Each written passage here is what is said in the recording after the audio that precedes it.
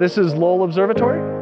Lowell is one of many observatories around the world that will be observing the DART impact, NASA's first ever planetary defense test mission, to see how much a spacecraft impact can deflect an asteroid in its orbit. This is where Pluto was discovered, and we are still doing research in all areas of astronomy today. So let's go check it out.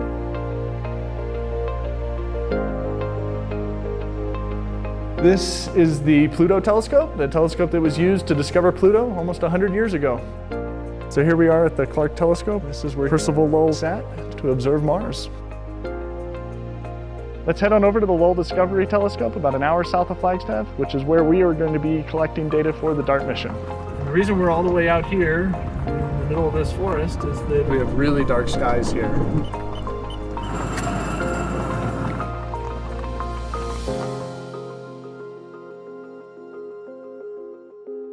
And this is the Lowell Discovery Telescope. This is what a 4.3 meter telescope looks like. This is what we will be using to study Didymos and Dimorphos in the days and weeks after DART impact. The DART spacecraft will be hitting an asteroid called Dimorphos. It's special because it's a binary asteroid, which means a satellite around a larger asteroid called Didymos. And DART will actually be hitting Dimorphos.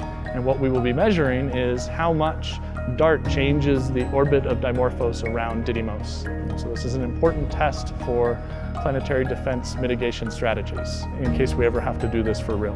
The Lowell Discovery Telescope is one of many telescopes around the world which will be used to study Didymos and Dimorphos. It's really a global coordinated effort. And what we're looking at here is a large 4.3 meter primary mirror that's in the middle of the telescope tube here.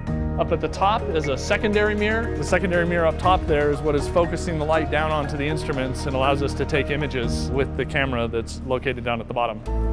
This is maybe one of my favorite hidden rooms at the telescope. We're like standing inside the telescope, underneath the telescope, 100 tons above your head, held up by this and this, which is cool. It's sort of, as you can see, the highest peak around here, just over 8,000 feet. And come up here for sunset, because you know, the sun's setting right there. It's perfect. For DART, we're going to be collecting images of the night sky. And typically an observer would be here in front of one of these consoles controlling the instrument and taking images like these as they're coming in off the telescope.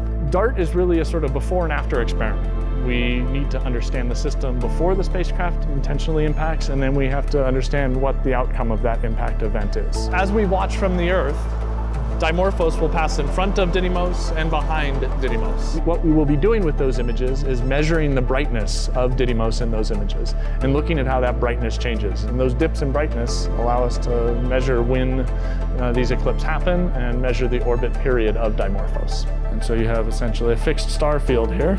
All the white dots are stars of different brightness. And moving through this field is Didymos and Dimorphos, which again, we can't distinguish them as discrete points of light, but we have that small object moving through the field of view.